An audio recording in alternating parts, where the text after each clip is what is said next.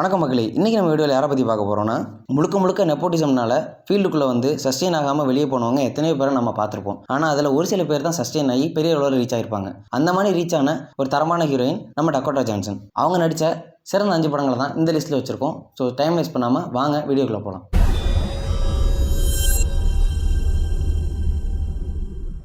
நம்மளோட லிஸ்ட்டில் 5வது இடத்தை பிடிச்சிருக்கிறது வூண்ட்ஸ். 2019 வந்த இந்த படத்தை வந்துட்டு ஒரு ஹாரர் மிஸ்ட்ரி ஃபிலிமாக எடுத்திருக்காங்க.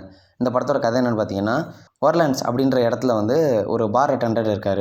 இவர் வந்து தன்னுடைய பார் முடிஞ்சதுக்கப்புறம் அந்த பாரில் யாரோ ஒருத்தவங்க ஃபோனை விட்டுட்டு போயிட்டாங்க அப்படிங்கிறத நோட் பண்ணி, இது யார் ஃபோன் அப்படின்னு தெரிஞ்சுக்கலான்னு அதை ஓப்பன் பண்ணி அதை நோண்ட ஆரம்பிக்கிறாரு.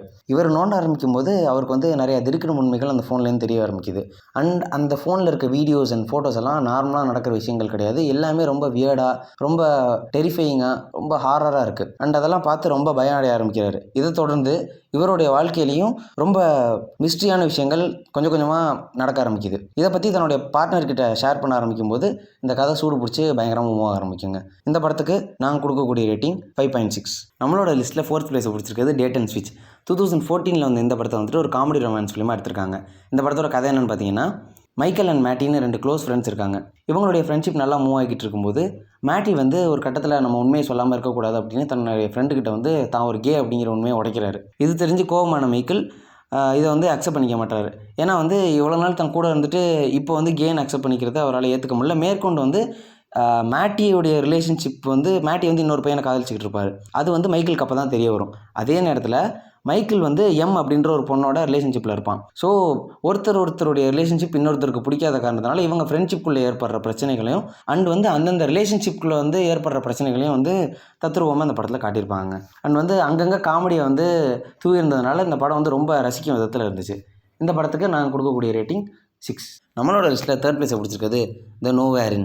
2020 வந்து இந்த படத்தை வந்துட்டு ஒரு காமெடி த்ரில்லர் ஃபிலிமாக எடுத்திருக்காங்க. இந்த படத்தோட கதை என்னென்னு பார்த்தீங்கன்னா, செயின்ட் வின்சென்ட் அப்படின்னு செல்லமாக அழைக்கக்கூடிய ஆனி கிளார்க் இவங்க வந்து தன்னுடைய மியூசிக்கல் லைஃப்பை ஒரு டாக்குமெண்ட்ரியாக எடுக்கணும் அப்படின்னு ரொம்ப ஆசைப்பட்றாங்க. இதை எடுக்கிறதுக்காக கேரி அப்படிங்கிறவங்கள வந்து ஹையர் பண்ணுறாங்க. பட் இந்த ப்ராஜெக்ட் வந்து நல்லபடியாக போய்கிட்டு இருக்கும்போதே மேற்கொண்டு வந்து இவங்களுக்கு வந்து தன்னுடைய வாழ்க்கையில் ஒரு சில பர்சனல் இஷ்யூஸ் ஏற்படும். அந்த பர்சனல் இஷ்யூஸ்னால் இவங்க வந்து நம்பிக்கையின் மேலும் வச்சுருக்க அந்த தாட்ஸும் அண்ட் மேற்கொண்டு ரியாலிட்டி பற்றிய ஒரு சில அவருடைய கருத்துக்களையும் வந்து இன்டர்பிரேட் பண்ணி ஒரு புதுவிதமான குழப்பத்தை ஏற்படுத்திடுவா. இந்த குழப்பம் அவளுடைய அந்த டாக்குமெண்ட்ரியும் அஃபெக்ட் பண்ணிடும்.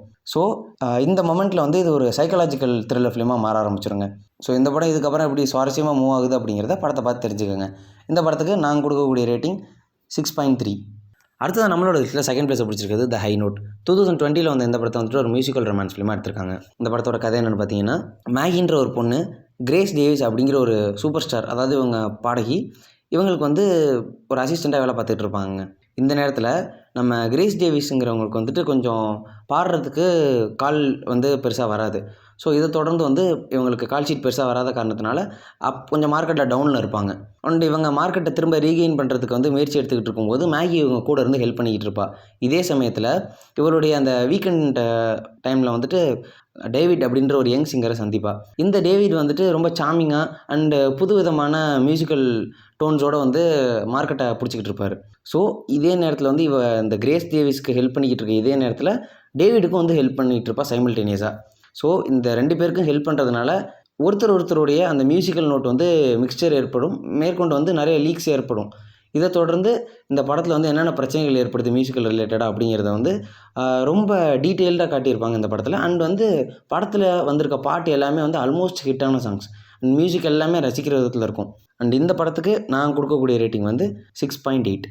அடுத்தது நம்மளோட லிஸ்ட்டில் 1st பிளேஸை பிடிச்சிருக்கிறது Bad Times at El Royale. 2018 வந்து இந்த படத்தை வந்துட்டு ஒரு த்ரில்லர் ஃபிலிமாக எடுத்திருக்காங்க. இந்த படம் ஒரு நார்மலான த்ரில்லர் கிடையாது, இது ஒரு சீட் அடிச்சு த்ரில்லர். இந்த படத்தோட கதை என்னென்னு பார்த்தீங்கன்னா, 1969 நடக்கிற காலகட்டங்களில் இந்த படம் ரன் ஆகிட்டுருக்கும். இந்த நேரத்தில் வந்துட்டு ஒரு தனிமையில் இருக்க, அதாவது ஆள் நடமாட்டமே இல்லாத ஒரு அவுட்டரில் இருக்க ஒரு ஹோட்டலுங்க அது.